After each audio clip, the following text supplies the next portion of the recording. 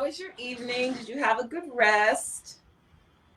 I managed to make a projector work for my computer. So I was watching Star Trek projected on the ceiling. How'd you do that? You're so cool. And then I was like Netflix and tracking all night long. Nice.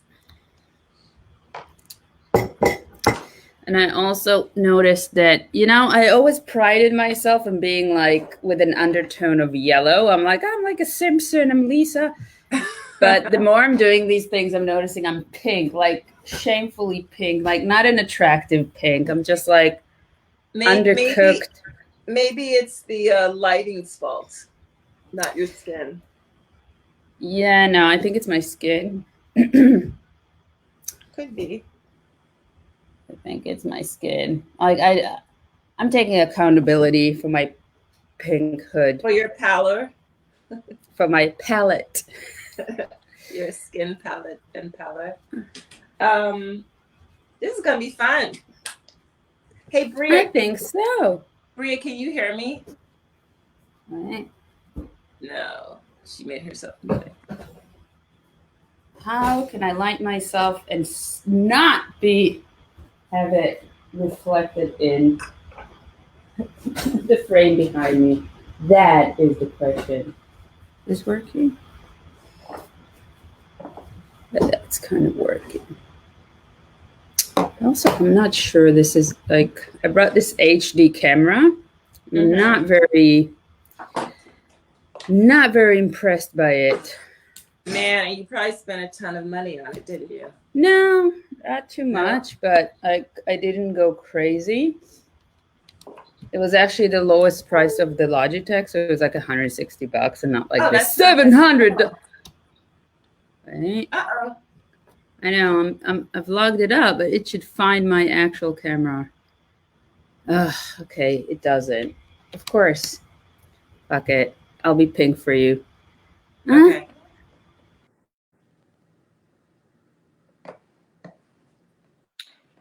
So Galit's device isn't connected, so it'll be coming back. But as I mentioned, there is a private chat, so I've been sending you messages on that.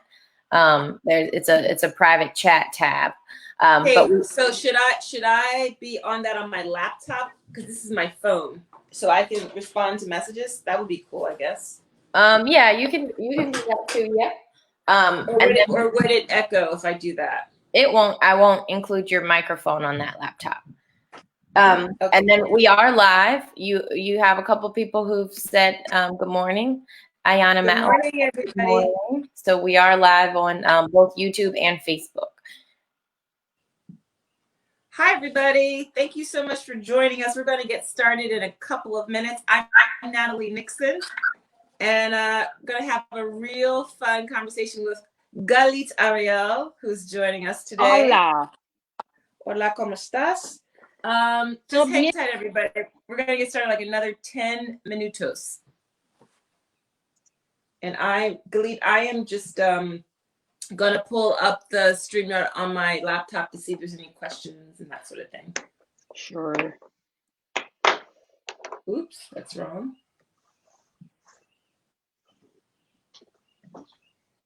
Huh.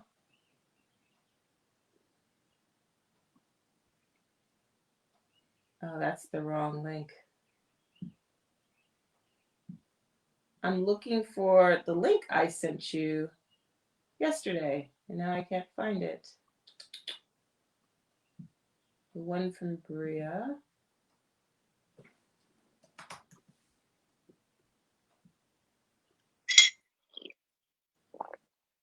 Okay.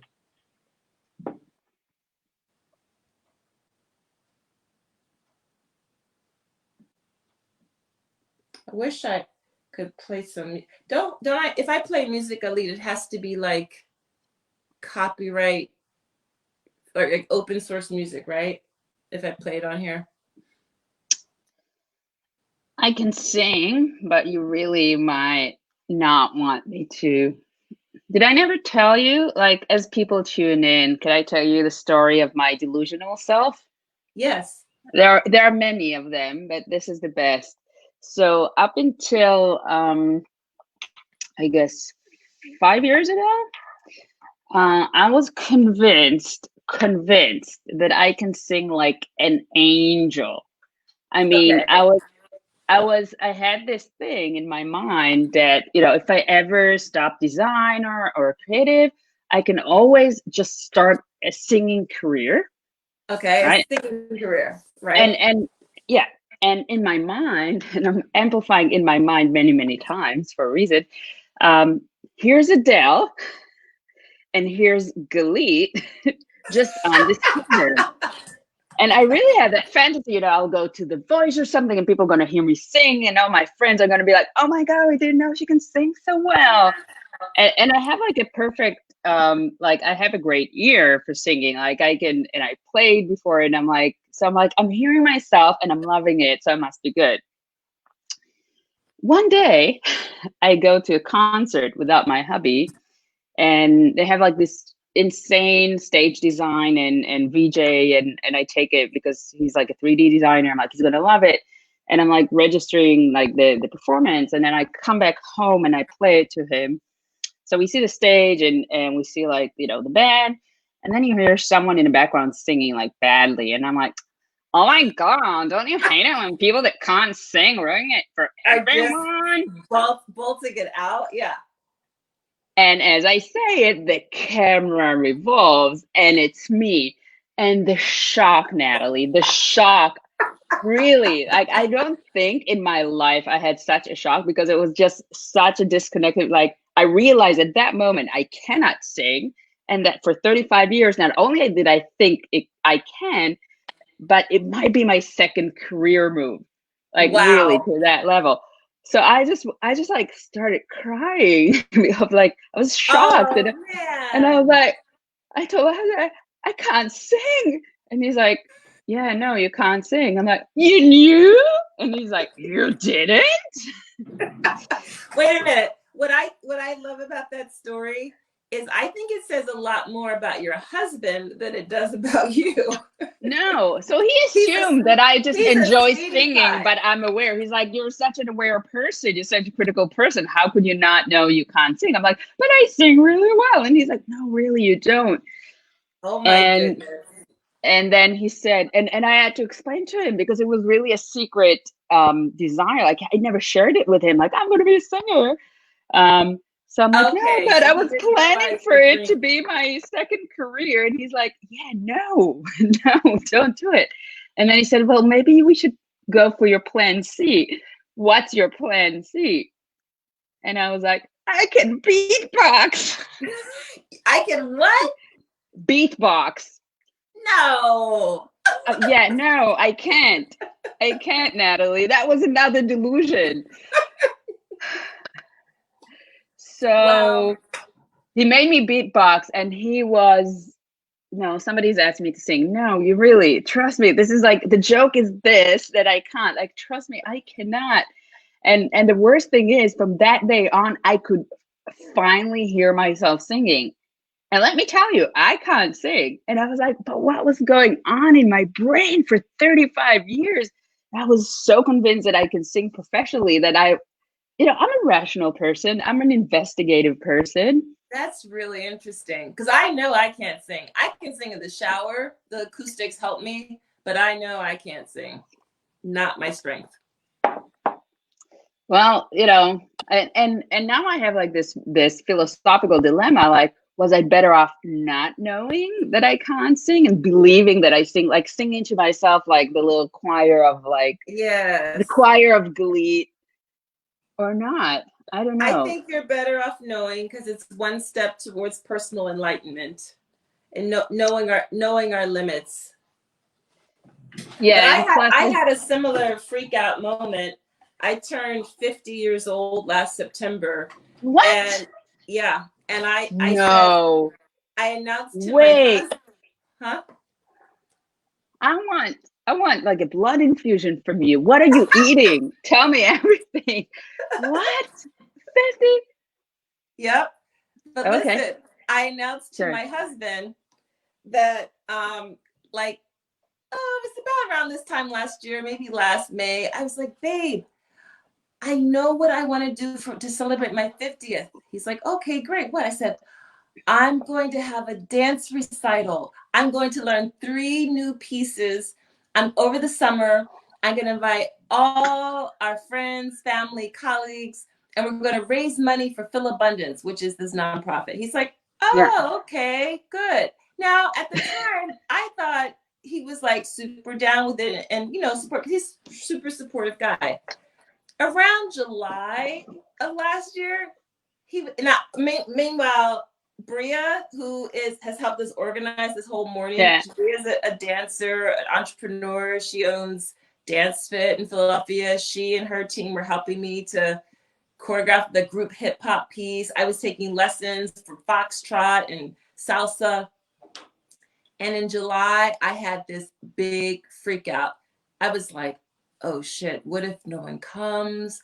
What if people are like, who does she think she is? What if I'm horrible? And I was just like, I can't do it. I shouldn't do it. But it was like too late because I sent out invitations and stuff. And I talked to Phil Abundance.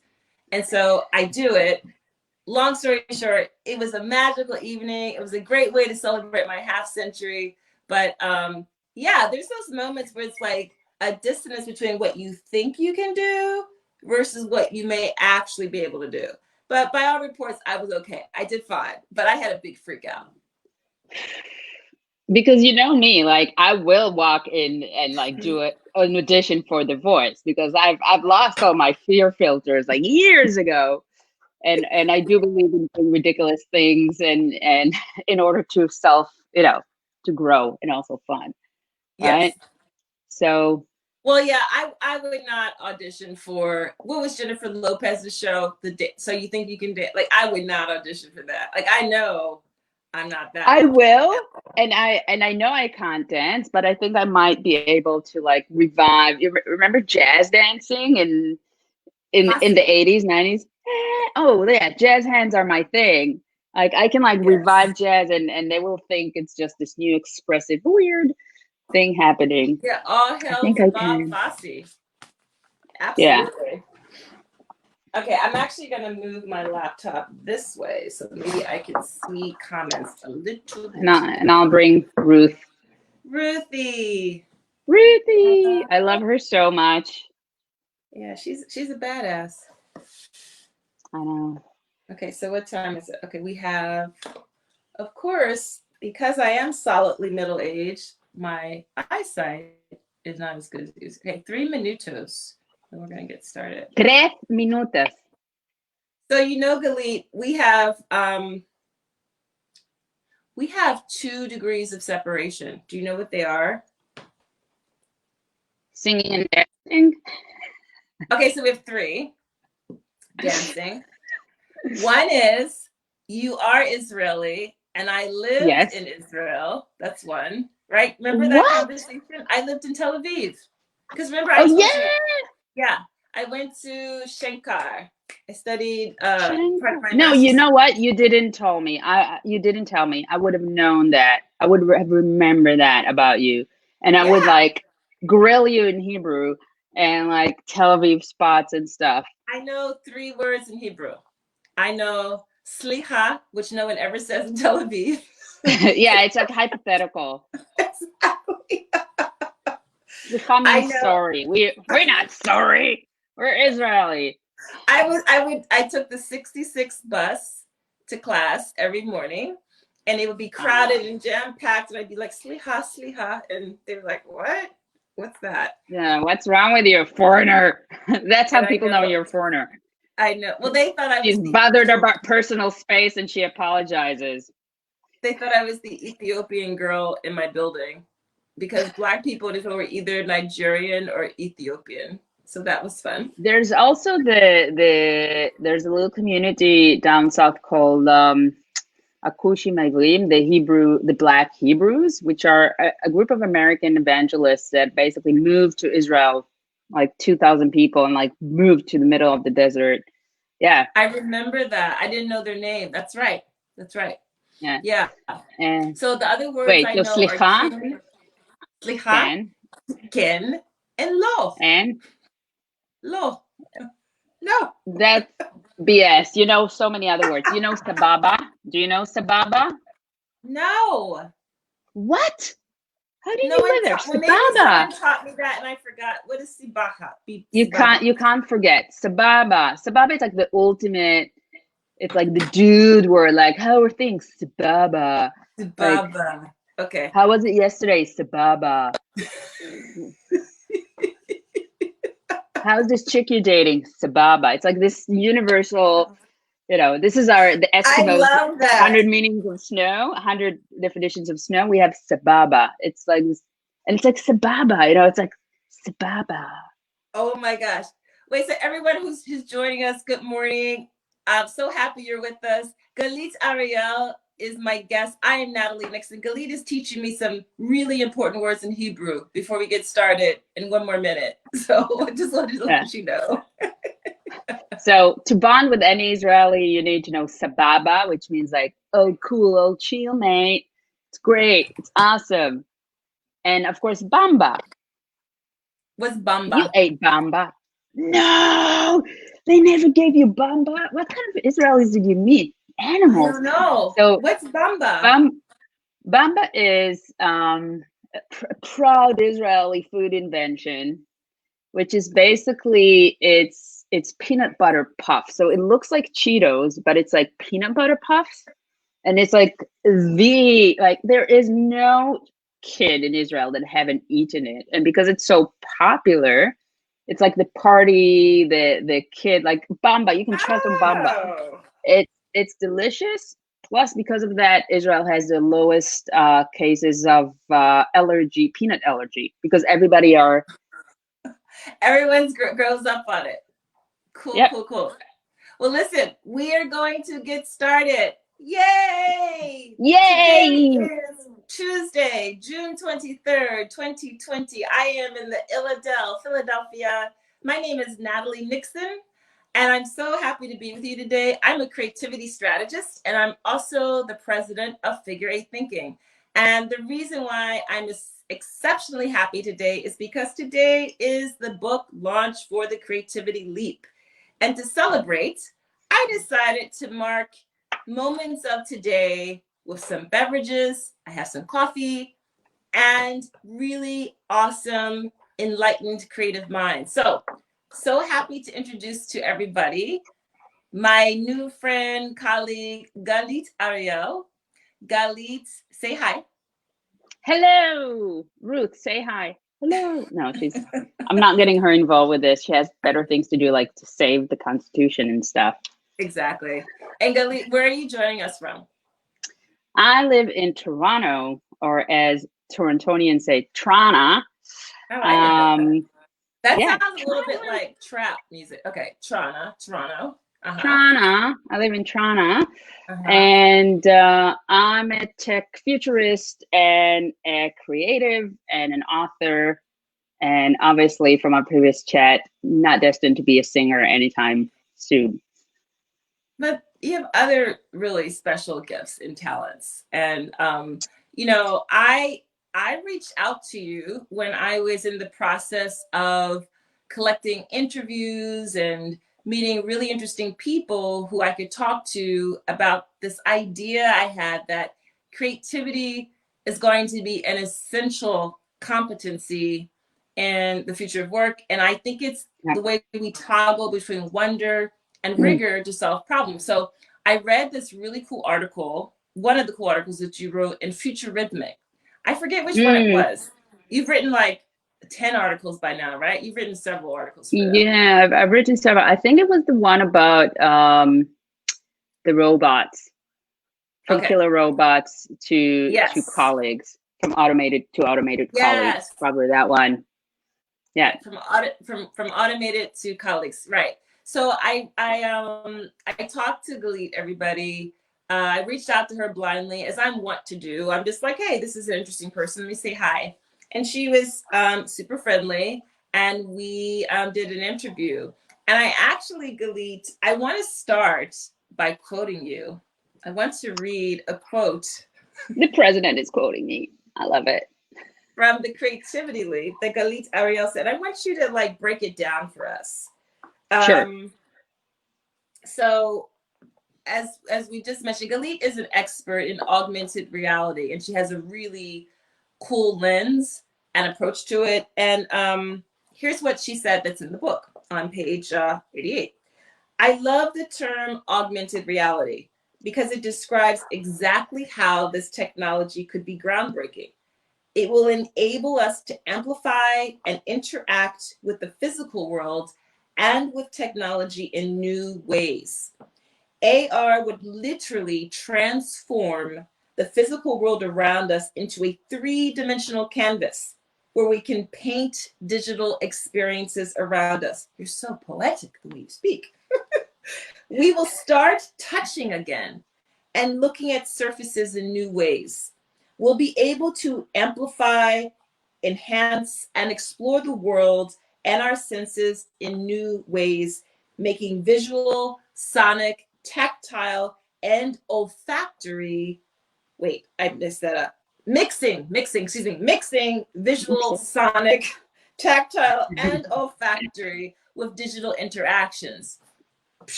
Okay, so I wanted to include that quote especially because I'll admit it, like, I am not a digital native. We've just broken down my 50th birthday celebration, so I'm solidly Gen X. And Gen X too, the last generation. That's why we bond so well. Gen X, and we're the overlooked generation, man. I know. I love it though. I love it. I love it though. We're hiding in the bushes. Yeah, we're hiding in the bushes and like, hi boomers. Yeah, we told you. We're like the ones that like we love Gen Z and yeah. Gen Z like totally millennials, you know nothing. Your music sucks. But we'll let the boomers fight you over. Like we're too busy doing stuff, you know. Like we don't have time to. Yeah. Exactly. That's a whole nother conversation. Gen Z. Oh yeah. Okay, Gen X. Sorry, Gen. Yeah. Focus. Okay. Anyway, so that was a really profound vision that you painted of the future with augmented reality. So would you break that down a bit? Sure. So I want to talk about two things. First about technology and then about space. So what's very special about spatial computing and immersive computing, which augmented reality is part of it, is the fact that we're really moving towards a capability where digital interfaces and content will be able to be layered into the physical space in a reactive way. So, you know, everybody are talking about the Internet of Things, about how to make smart objects, but what we're really creating with augmented reality is creating smart environments. So we won't need smart objects. Everything in our space will be smart. And it goes both ways. So we'll be able to receive digital experiences either on a holographic way or via, you know, a head-mounted device or a screen. And in return, our movement in space will become data, right? So all of a sudden, we're really, for me, this is like the biggest thing in technology. For me, this is building the World Wide Web, or they call it the World Wide Web. Right. So all of a sudden, the physical and digital are really, you know, becoming a hybrid space, which is amazing, obviously, and the possibilities are infinite. But what excites me the most about it is the fact that we're bringing technology back to our world. So instead of having these two separate realms, and I'm doing separate for a reason, because it's our perception that they're separate, but we know very well how they're really intertwined. But instead of thinking of it as separate realms, we really will merge technology into our behaviors. We will go back, because we are biological creatures, we will go back to interaction systems that are more natural to us. So all of a sudden gesture, you know, and this is the challenge of augmented reality and spatial computing, is like now we have to tailor it back to natural movement and spaces. And to go poetic on it. And so I love technology. I'm a mega nerd. And I always say technology is perfect, always, because it does exactly what we design it to do, right? It executes what we But humans are imperfect, so we sometimes create flawed technologies or systems, and these two are fine. And I think we've been trying the last few years to kind of like, I don't like humanizing technology, and I don't like automating people. And I think this is what we've been trying to do in the last few I love years. that. In the last few years, and I think that instead of that, we should celebrate the qualities of each one, and like just get along. And I think this Just get technology will along. make us let's just get along. And I think this technology will create it. So I And have. Oh, sorry. no, No, that was me. you said so many juicy bits there, and I want to expand on one. You said this really poignant statement. You said our movement in space will become data. Now, red flag to some, because that could be a little creepy. Like, are we talking Big Brother? Are we what's the role of privacy, right? I mean, the other beautiful statement you said is, I don't like humanizing technology or automating people. But when you also are talking about, it's like the pros and cons of this future state of where augmented reality is ubiquitous, right? So what about privacy and ethics around all this? Well, you know me, so Yes. I'm a big, massive advocate towards non-for-profit tech, let's say it like that. And again, I don't mean that we can't make profit out of tech, but I think that our value system in creating tech and how heavily we rely it on data gathering and data mining has flawed the way that we apply technology. And again, I love technology. And so I want it to truly be a tool that elevates and amplifies the human experience, right? That augments our reality. And we are at a point, although it always kind of existed, but we're at a point that because of the high tech bubble and the Silicon Valley boys, I think we shifted the purpose of technology. And I think instead of serving the many, it's been serving the few. And it became Amen. very good. It became very good in doing specific things that are beneficial for the development of the technology, but not beneficial and not protective of the humans that are supposed to use it. So, absolutely. So so that's the even opportunity. that's the opportunity and challenge. Like every technology, it's an opportunity. Like every technology brings an opportunity and a challenge, and it's about balancing them. And I think in the last few years, and this is why we're seeing all this dystopian and Big Brother comments, we haven't been controlling it. We haven't started with the ethics and the purpose. We started with the efficiency, and even the words like performance, efficiency, We quantity. haven't started with the Show me the human. data. We We haven't haven't started started with with the the human. human. I love that we didn't start with the human, we didn't start with the ethics. And my next question is around, you and I totally synchronized in having an optimistic view that the opportunity is that technology will amplify what it means to be uniquely human. And one of the things I lead with, that I think what it means to be uniquely human is to be creative, right? So from your perspective, what are you most excited about as it relates to creativity, the future of work, the future of learning? What's like the Venn diagram that you're seeing that makes you happy around creativity in the future? What makes me happy is first of all that we're getting to a point that technology is not just used by technologists. It's used by everyone in more and more creative ways. People are becoming more aware of technology, more conscious about how they use it, but also more experimental. And this is where I really want to give it to Gen Z.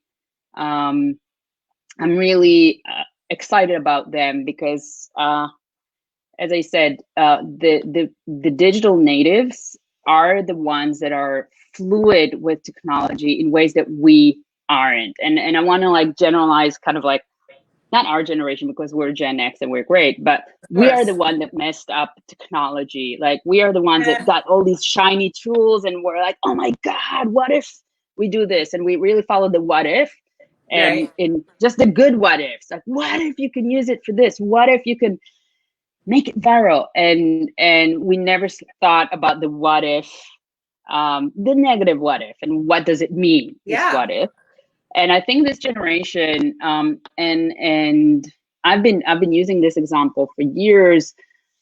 This generation really knows how to, I don't want to say hack technology, but how to tweak it to their needs. And they're really using it as a tool. And if we want to talk about what's happening in the last few weeks with Black Lives Matter and the K-pop fans and TikTok, I'm like, they are the ones that are using it independently to really explore their expression and opinions, and they're winning, and they will win. So I'm very happy they're on the right side of history, and they will win because because they're even, and that goes even back. I think I've realized that after the Parkland shooting, which was terrible, but the way that generation showed how they can amplify their voice and deliver an authentic message, there was nothing fake about it. And the other side was freaking out, like, who's their strategist? Who's teaching them? Like, no one. They're just, we got this. We've been doing this for a minute now. Yeah, kick ass. I'm really excited about them because I think for them it is natural and inherently they're acting. So again, like we think they're sitting there and doing this. No, no, they are more connected than us. So I think it's time to like back off and let them do their thing, because I think I know they know what they're doing. And I can't wait to see what will come from them. This is the generation I'm really excited about, because again, like they use it as a tool. It's like their third arm or something. They have such nimbleness with it. They're leading with curiosity. They're improvising. They are intuiting. Maybe if I tried this, if all of us in this K-pop community decide to do our final class prank that we couldn't do because of COVID-19, maybe we'll totally disrupt this Trump rally. And but I don't think sorry, yeah. But I don't think they're even hypothesizing about it. I think they know. Like, this is the thing. They know. Like, they know what they can do, and they just go and do it. So I think we're like, they are my wonder. This new generation and kids in general are my wonder. But they are, trust me, they're rigorous. Like, they know what they're doing, and they're and they are motivated, and they have values, and they're not cynical, and they won't get the cynicism. They will not have it. They will not have cynicism. But Galit, they give you goosebumps. I want to build I love that I was asking about creativity, future work. You went to young people because they are the future, and all that they will do. But children are future. There's that singing. It's terrible. But listen, I want to extend a bit more on this moment we are in the United States of America. Once again, we have an opportunity to confront racism, which is a reality in the United States. And one of the people I interviewed for the Creativity Leap is a gentleman named Bhushan Sethi. And Bhushan is a principal at PricewaterhouseCoopers. And when we were talking about upskilling and reskilling and how corporations are going to incorporate creativity into how they hire, how they cultivate and sustain engagement among people, he gave an example from your space about augmented reality, where he was at some workshop, some studio where people were given, the augmented reality glasses, but they were following the experience of a young Black American man, maybe teenager, a Black male teenager, walking down the street, going into a store and maybe checking out some sneaks in a store, then going to buy a soda, then waiting on the corner for the bus. And he said he was brought to tears because he saw through that young man's eyes either being ignored, the glances that were kind of sketchy, didn't look like they trusted him, that weren't welcoming. And what I loved about that example, it showed the value of using technology like augmented reality to build empathy.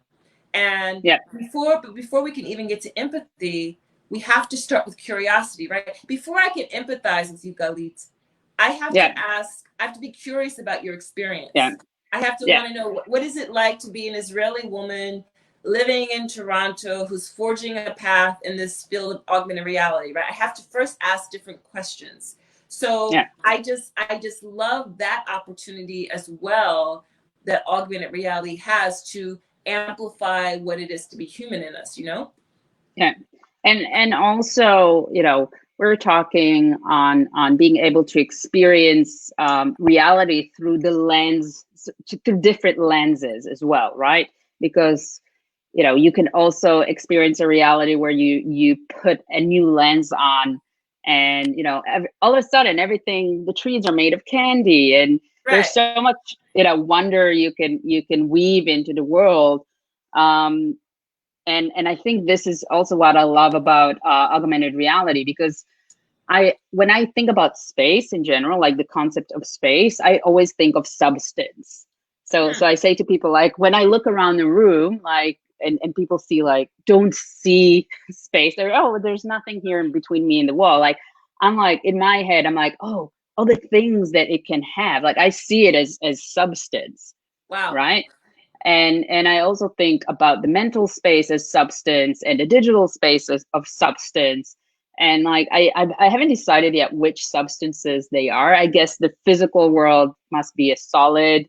The digital world, because it's semi-tangible, it's liquid, and the mental space is gas. And we don't think, we tend to ignore, we tend to ignore the mental space, because it's like, you know, we think about it as brain processes or transmission, but it's the mental space heavily affects our physical reality, right? So and there's understanding, the emotional space. There's this emotional space as well, right? Galit, we're kind of getting towards the end. I do want to acknowledge, would love people to give questions for Galit. We have Jeanette Brown, who said about our conversation about the power of Gen Z and how they are leading with technology. She said they know what they can do and they just go and do it. Kids are wonder, rigorous, motivated, values. So thank you for that, Janine. Would before we end, because we're getting we have like 8 minutes left, share with us one or two projects that you're working on that are really cool that we can look forward to from you. So actually, speaking about kids, I'm actually currently working on an AR STEM game. So I'm working on an augmented reality educational game for, I would say, kids, like young adults, kids, which is super cool, because like science, AR, play. Awesome. And it's really interesting, because I really get to help the developers actually start in the beginning, in the purpose, and trying to think about the game mechanics, and I'm very cautious about gamification. I know it's a word that a lot of marketeers and a lot of people have been trying to use in order to justify or give a halo of play around platforms. But that's they didn't make things playful. They were playing with they were conditioning people to behave in a certain way. And I think we have to be very careful in wording, you know, and I guess you get it a lot with creativity. Like, hey, we added a ping pong table in our offices. We're creative. Right. Right. Like, oh, we can play. Yeah. So this is a great one, and it will be like hopefully kind of like a long project that will kick off a bunch of other things. But I think it's an interesting experience to design it in times like this, Yes. Especially for someone that adores this generation. I'm like, I can't wait to see what I will learn Right. from how the kids will play it, right? Especially with Nice. AR. So we're trying to make it so it's guided, but obviously to give the space for them to explore back, which is Mhm. kind of like the purpose of learning, I think. Yeah. Yeah. So yeah.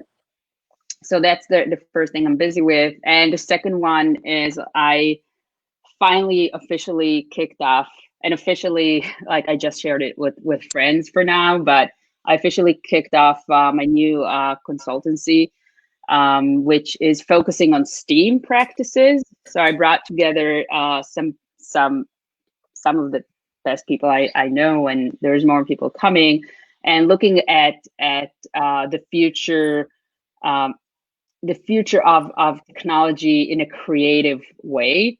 So Yes. we have mixed practices between data science and interaction and human behavior. And we called it Future Memory Inc. because it brings the future, the I love memory of that. the human and the business side. Future And I'm memory. Awesome. Future Memory Inc. And I love it because I the point of it was, I do consultancy, but again, like the fact what we're targeting is to do really art tech projects. So to be able to help elevate the tech community with creativity and with exploration and with play, Mm. which doesn't happen often. The tech community, once it is creative, of course, creates a lot of creative things, but the process itself sometimes tends to be very linear. And I think I've seen you in your interview with John Maeda a few days ago, and you pointed out, and I thought it was amazing how design thinking is, deceitfully simple. Yeah. And I think a lot of organizations have, like, they found a formula that works for others and maybe works for them, and they just, they go with the formula, like, why change? Right. Rinse, repeat. And yeah, and we're kind of like in the mind of like, no, if you really want to create new things, if you're really in innovation, in bleeding edge innovation, you have to keep that edge. You can't You just be, have to. otherwise you're just bleeding, right? That's right. And Yeah. the person who, like, I would never want to have to live with this genius, but totally encaptured what you're saying and my point about how deceptively simple design thinking is. Miles Davis, an incredible documentary about his life, came out last year, and I watched it. And what was so incredible about Miles Davis is that he was always reaching and learning and curious. And he surrounded himself with people who were much younger than him. That was what was so cool about him. He was not afraid to reach back, to pull along, to give a platform to share, because he loved, all right, what am I going to learn from the funk era? Okay, the cool period was all right, but let's go into a little free jazz. I think I want to do something with Michael Jackson. Like, my husband and I, John and I, were thinking, man, what if Miles Davis and Prince had done a collaboration? I mean, this man was off the chain and always like, okay, he never wanted to be formulaic. So what a avatar, right? Yeah. And I think, like, this goes back to a lot of things that you amplify in your book, about curiosity and creativity is stemmed from curiosity. Like you mentioned, like, I have to be curious about you to want to engage with you, to empathize with you. And, and that is kind of like, and that, wrapping back to what I was talking about, Gen Z, I think we have a lot to learn from children. Yes. and unlearn as adults, definitely. Yes. And we need to unlearn and kind of like, you can be, I call myself a critical optimist. You can be an optimist and also understand you're in reality and be critical. It's okay. I love these, I used to call myself a digital hippie because I'm like, I love technology. I love humans. I guess I'm a digital hippie. Right. And I think these contradictions, the friction is what that creates the hybridity, magic. right? We need to become more hybrid in this future state, in this current state even. Let's become more hybrid. Let's become more integrative. Let's engage. Let's make these leaps to becoming polymaths, which means you have to be curious and have this insatiable drive for learning. Let me just see. We're almost at time. Question. Is a question, a comment. So Chrissy McMiniman, hey Chrissy, she wrote, love that, elevate the tech community with play. Jack Klett, hey Jack, with exploration and with play, he loved that comment. Ayana Matlock, hey Ayana, she wrote, yes. Oops, my morning. Yes. Yes. She's talking about Miles Davis. He stayed innovative till the end with those young cats. It was like he was shedding his skin each time he elevated. That was amazing. Love it. Okay, so does anyone have a question for Galit before I let you know where you can find her? I answer all. I answer everything. Foresight. You know that. You have amazing foresight. All right, so this was incredible. So Galit, share with people your website, your email address, where they can follow on IG and Twitter. Okay, so on Twitter, I'm just at Galit Ariel. Simple. On Instagram, I'm at the AR girl, because AR. You can find me on LinkedIn. You can email me at future@futurememoryinc.com. And as Natalie can testify, I'm extremely receptive to new connections, and I'm always happy to meet new people. I am curious at heart. Galit, say your email one more time. It's future@futurememory.com. future@futurememoryinc.com. Future Memory, it's a new company. So Inc.com. Future@future. Awesome. Yeah. Yay. Oh, Galit, you're such a joy. Thank you so much for bringing in my celebration. I'm so happy that we met. Well, we haven't met in the flesh yet, but we will. Hey, Ruthie. She's happy. More power to you, my sister. I hope that you will continue to prosper and grow, and we will do some collaborations together in the future. And everyone, thank you for your energy and your curiosity in joining in with us today. And today's book launch day, so if you haven't gotten your copy yet of The Creativity Leap, would love it if you went on to Amazon and you purchased a copy. And if you email me, if you go to figure8thinking.com and you just go to the contact form and put in a message from today that you joined us, I am in the process of getting t-shirts ordered, and I'd love to send you a t-shirt for your support of being here today. Yeah, I know. I let the secret out. Okay, so contact me, guys, and sign up for the newsletter, Ever Wonder, and love you all very much. Thank you, Galit. Thank you. Bye. I'll be watching you all day long. Thank you.